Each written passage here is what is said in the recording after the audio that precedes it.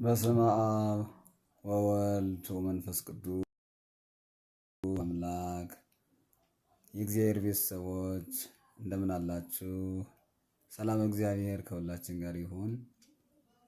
እንኳን ጾመ ነነዌን ጾመን ለማበርከት እግዚአብሔር አበቃን።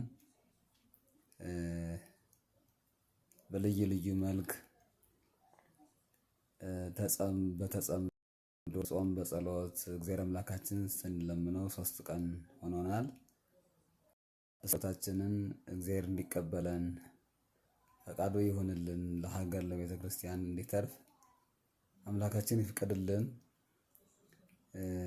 እንግዲህ በደካማ አንደበታችን በደካማ ማንነታችን የጸለይነውን ጸሎት ከፍ ጸሎተ ንጹሐን የሚባል አምላክ ንጹሐን ባንሆንም እንኳን ጸሎታችን እንዲቀበለን ይሁንልን። እንደ እግዚአብሔር ፈቃድ ዛሬ የምንማረው በቅዱስ ወንጌል ነጎድጓድ ዮሐንስ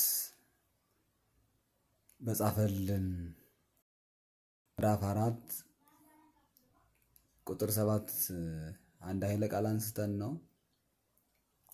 ኃይለ ቃሉ አስቲኒ ማየ ውሃ አጠጭኝ ይላል።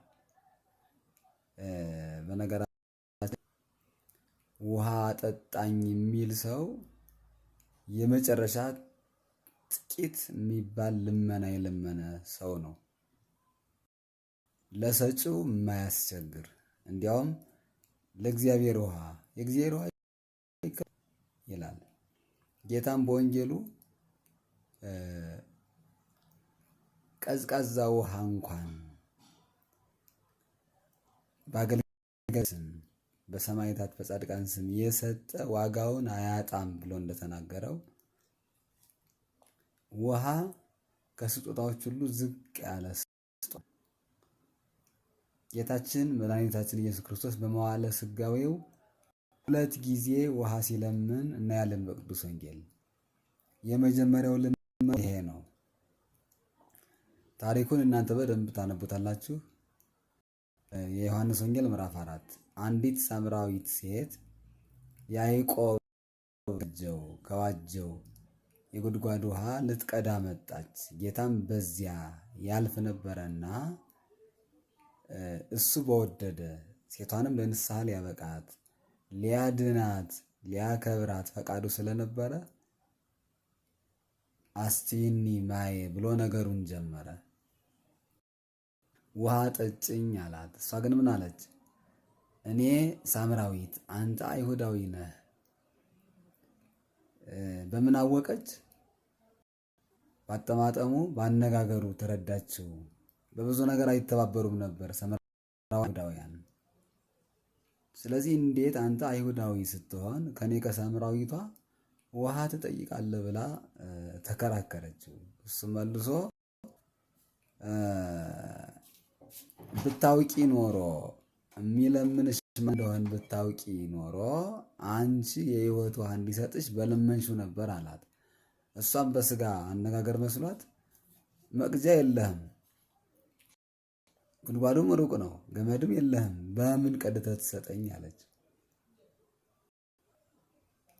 እንግዲህ ኩሉ ዘይሰቲ እምዝ ማይ ይጸም ዳግመ፣ ከዚህ ውሃ የሚጠጣ ሰው እንደገና ይጠማል።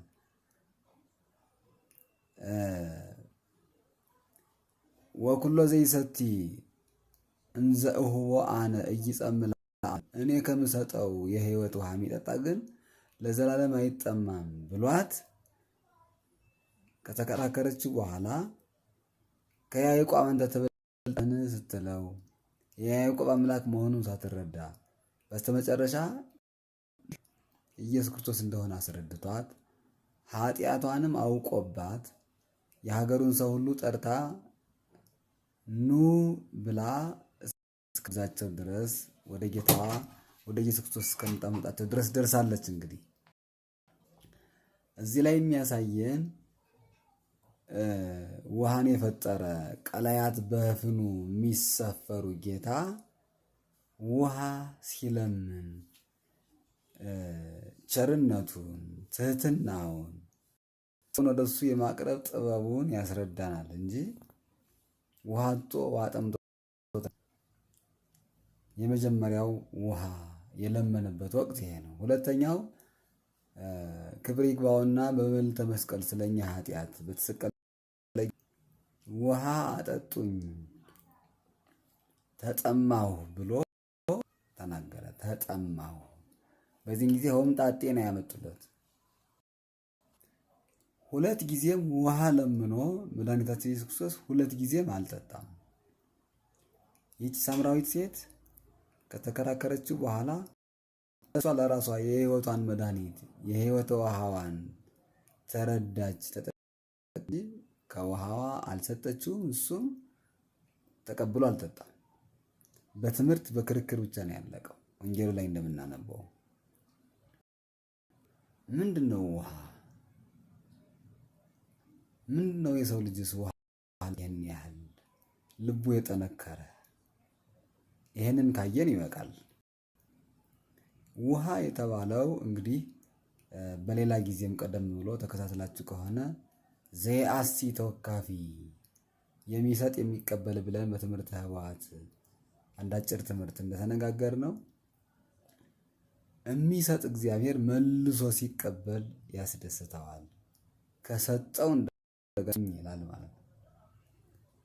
ስለዚህ ውሃ የተባለው ተጠማሁ የሰው ልጅ ፍቅር፣ የሰው ልጅ እምነት፣ የሰው ልጅ ማንነት፣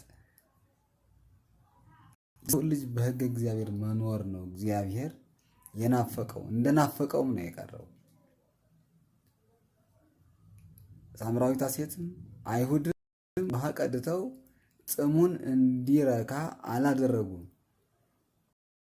እንግዲህ እንዳለመታደል ሆኖ እኛም ብንሆን ያን ጊዜ የታሪኩ ባለቤት ብንሆን ውሃን ሰጠው ነበር።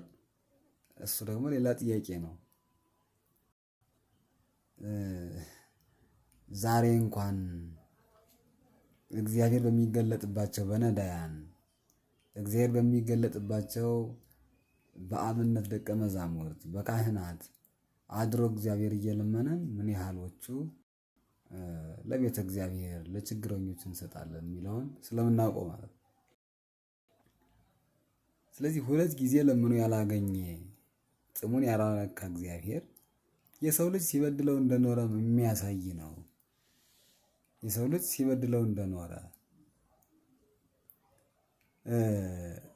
ወእሊአሁሰ ይተወክፍዎ ብሎም እንደተናገረው ውስተ ዚአሁ መጻ፣ ወደዚህ ዓለም መጣ፣ ወደ እነሱ መጣ፣ እነሱ አልተቀበሉትም፣ ዓለም አልተቀበለውም እንዳለ ውሃ እንኳን ፈቃደኛ ሆኖ ሊሰጠው የተገባ ሰው አልነበረም።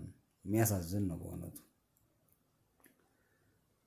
በእርግጥ አለመገንዘብ ነው፣ አለመረዳት ነው። የፍጥረታት ጌታ ውሃን የሰጠ አምላክ መሆኑን ካለማወቅ የመነጨ ነው። ግን የሰው ልጅ ትንሹ ስጦታው ትንሹ ምጽዋቱ ውሃ ሆኖ ሳለ ውሃ እንዴት ይከለከላል? ያውም ለጌታ። እንግዲህ እነዚህ ሰዎች ልንወቅሳቸው አይደለም። አይሁድ ጥፋተኞች ናቸው ይታወቃል። ሳምራዊቷ ሴት ተከራክራለች፣ ውሃ ልትሰጠው ፈቃደኛ አልነበረችም። በስተመጨረሻ ግን ራሷን ሰዎችን ጠርታ ከጌታ ከኢየሱስ ክርስቶስ እንዲገናኙ በረከት እንዲያገኙ የሚቻላትን አድርጋለች። መከራከሯን ቢሆን በክፉ የሚያዝ አይደለም። በወቅቱ በስጋ አስተሳሰብ ያላት ክርክር ነው። በእምነት ማወቅ እስከምንችለው ድረስ ጥግ መረዳት፣ መገንዘብ፣ ትርጓሜ፣ ትንታኔ መጠየቅ ተገቢ እንደሆነ የሚያሳይ ነው። በስተመጨረሻ ማመኗ ጥሩ ስለሆነ አይሁድም ቢሆን እንግዲህ አላወቁትም። ሶበሰ አይመርዎ እምኢሰቀልዎ ወቁት ኖሮ አይደለም ውሃን ይከለክሉት ባልሰቀሉትም ነበር። አላወቁትም አምላክ መሆኑን። እነሱ በእልህ በክፋት በተንኮል ብቻ ሕግን አጣመው እንዲበደል አደረጉ እንጂ በጥመማ አስተሳሰባቸው አምላክ መሆኑንስ አላወቁ። እንግዲህ ይሄ ታሪክ ወደኛ ሕይወት ሲመጣ አምላክ መሆኑን ያላወቁ አይሁድ አምላክ መሆኑን ያልተረዳች ሳምራዊት ሴት ውሃ ከለከሉት። እኔና እናንተስ አምላካችን እንደሆነ እናውቃለን። ልጅነታችን ተነግሮናል፣ ተሰብኮልናል። ያዳነን መድኃኒታችን ኢየሱስ ክርስቶስ ከማንነታችን ጥቂት ነገር ከፍለን እንድንሰጠው አልጠየቀንም? ከጊዜው እንድንሰጠው አልጠየቀንም? ከሰውነታችን ምጽዋት አድርገን በጸሎት በጾም እንድንከፍል አልጠየቀንም? ጸባይተ ሥጋ እንድንከፍል እግዚአብሔር አልጠየቀንም? አስራት እንድናወጣ ከሥጋችን፣ ከሰውነታችን፣ ከገንዘባችን እግዚአብሔር በብዙ መልኩ ጠይቆናል። በካህናቱ አድሮ በስርዓት ነግሮናል። ስለዚህ እኔና እናንተስ ዛሬ ያለን ሰዎች ለአምላካችን ምን ያህል እየታዘዝን ነው? ከኛ የፈለገው የህይወት መቀየር ውሃ አለ። ከኛ የተጠማው ፍቅር አለ። እኛ የሚፈልገው ማንነት አለ። አምላካችን የተቀየረ የተለወጠ እሱን የመሰለ በሕጉ በአምልኮቱ የጸና ማንነት እግዚአብሔር ይፈልጋል። የጠማውም እሱ ነው። የተጠማው እግዚአብሔር ውሃ ሳይሆን የሰው ልጆች ፍቅር፣ የሰው ልጆች ለክብር መብቃት፣ ወደ እሱ መቅረብ ነው እግዚአብሔር የተጠማው እና በሙሉ ማንነታችን ከሁለንተናችን አስራት ልንከፍል እንደሚገባን ያስተምረናል፣ እኛን ያስጠይቀናል። እንግዲህ እግዚአብሔር ባወቀ ሳምራዊቷን ወደ ሕይወት ወደ ማንነቷ ወደ ማስተዋል መልሷታል። አይሁድን ደግሞ እሱ በፈረደ መጠን ፈርዶባቸዋል። የኔና የእናንተ ፍርድ ግን ከፍ ይላል። ምክንያት ተሰብኮልናል፣ እናውቀዋለን፣ የሚጠይቀንንም እንረዳለን። ምን እየጠየቀን እንደሆነ እናውቃለን በደንብ። ስለዚህ በጣም ትንሽ የምትባል ምጽዋት የህይወት ማንነት ወደ እግዚአብሔር የመቅረብ ሕጉን አምልኮቱን የመጠበቅ ውሃን ለአምላካችን ዋጋ አድርገን አስራት አድርገን ልንሰጠው ያስፈልጋል። መስዋዕተ ወቁርባነ ይፈቅድ ሥጋከ አንጽሕ ሊተ። መስዋዕትን ቁርባን አይደለም የፈለግኩት፣ ሥጋህን ንጹሕ አድርግልኝ። ይሄ ነው መስዋዕት ቁርባን። ወይን ጠጅ እንድናቀርብለት፣ ጠጅ እንድንቀዳለት፣ ወይን እንድንቀዳለት፣ ጮማ እንድንቆርጥለት እግዚአብሔር አልጠየቀንም። ማንነታችሁን ለይጡ፣ ሥጋህን ለውጡ፣ ሥጋችሁን ንጹሕ አድርጉ። እሱን ነው ያለ። ይሄ ነው የእግዚአብሔር መብል መጠጥ። እዚሁ ምዕራፍ ላይ ወደ መጨረሻ አካባቢ ምግብ እናምጣልህ ብላ አሉት። እኔ ምግቤ አለ የአባቴን ፈቃድ መፈጸም ነው አለ። ምግቤ እሱ የአባቴን ፈቃድ መፈጸም ነው።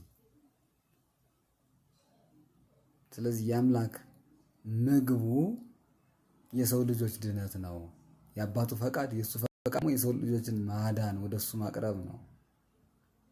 እስመ በፈቃዱ ስምረተ አቡሁ ወመንፈስ ቅዱስ መጻው አዳነን እንዳለ ቅዱስ ኤፍሬም የእግዚአብሔር ፈቃዱ ድነቱ ፈቃዱ ስለ እግዚአብሔር ድነት ዓለም ውእቱ።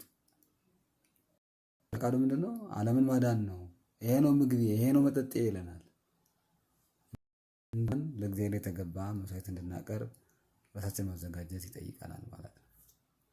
ይሄ ነው ውሃ ወመጠጥ የተባለ ለእግዚአብሔር የሚቀርብ መስዋዕት የተባለ። ትንሿ መታመን ከትንሿ ማንነታችን ለእግዚአብሔር እንሰጠው ይገባናል። እግዚአብሔርን የምንቀርብበት ሕጉን አምልኮት የምንጠብቅበት መጠን ደግሞ የሥጋ ፍላጎቶቻችን ብቻ እንዲፈጸሙልን አስበን ብቻ ሳይሆን አምላካችንን እንደ አምላክነቱ አክብረነውና ወደነው የሞተልንና ስለ ፍቅሩ ጽናት ውለታውን እያሰብን ጭምር አምላክነቱን አክብረን ወደን ፍቅረ እግዚአብሔር አድሮብን ነው መሆን መቻል ያለበት። ስለዚህ መታመን ያስፈልገናል። ጥቂት ነገር ነው የተፈለገብን፣ ጥቂት ነገር። እኔና እናንተ ግን ምን ያህል ጽናት ኖሮን ወደ እግዚአብሔር እንደምንቀርብ ሁላችንም ራሳችንን እንገምታለን። እስከ ስንት ሰዓት አሳለፍነው ይሄን ጊዜ ስንቶቻችን ታመንን? እስኪ ያስቡት። ስለ ሀገር ስለ ቤተ ክርስቲያን ጾመውን ይህን ጾም ስንቶቻችን በትጋት ከአባቶቻችን ጋር ቅኑት እንደ ገበሬ ጽሙድ እንደ በሬ ሆነን አሳለፍነው። ይሄ ነው የእግዚአብሔር መጠጡ፣ የእግዚአብሔር ምግቡ ይሄ ነው። ማን አምላክን ያህል እንግዳ ታው ቤታችን ቢመጣ ባይኖረን እንኳን ነገር ወይም ተውሰንም ቢሆን እናስተናግዳለን። በእውነት ውሃ አይደለም ሌላ ነገር እናቀርባለን። ስለዚህ ውሃ የተባለውን ይሄ ህይወታችንን ለእግዚአብሔር ልናቀርበው ያስፈልጋል። ውሃ በማርካቱ በማንጻቱ ወደር የለውም። ያው ቀለም ባይኖረውም ሌላ ንጥረ ነገር ኖሮት የተለየ ጣዕም ከፍታ ባይኖረውም እንግዲህ እንደ አውዱ ህይወት በውሃ ተመስሏል። የኛ ህይወት እና አምላካችንን በህይወት አስደስተነው አርክተነው እኛም ክብር እንድናገኝበት ፈቃዱ ይሁንልን። ይቆየን።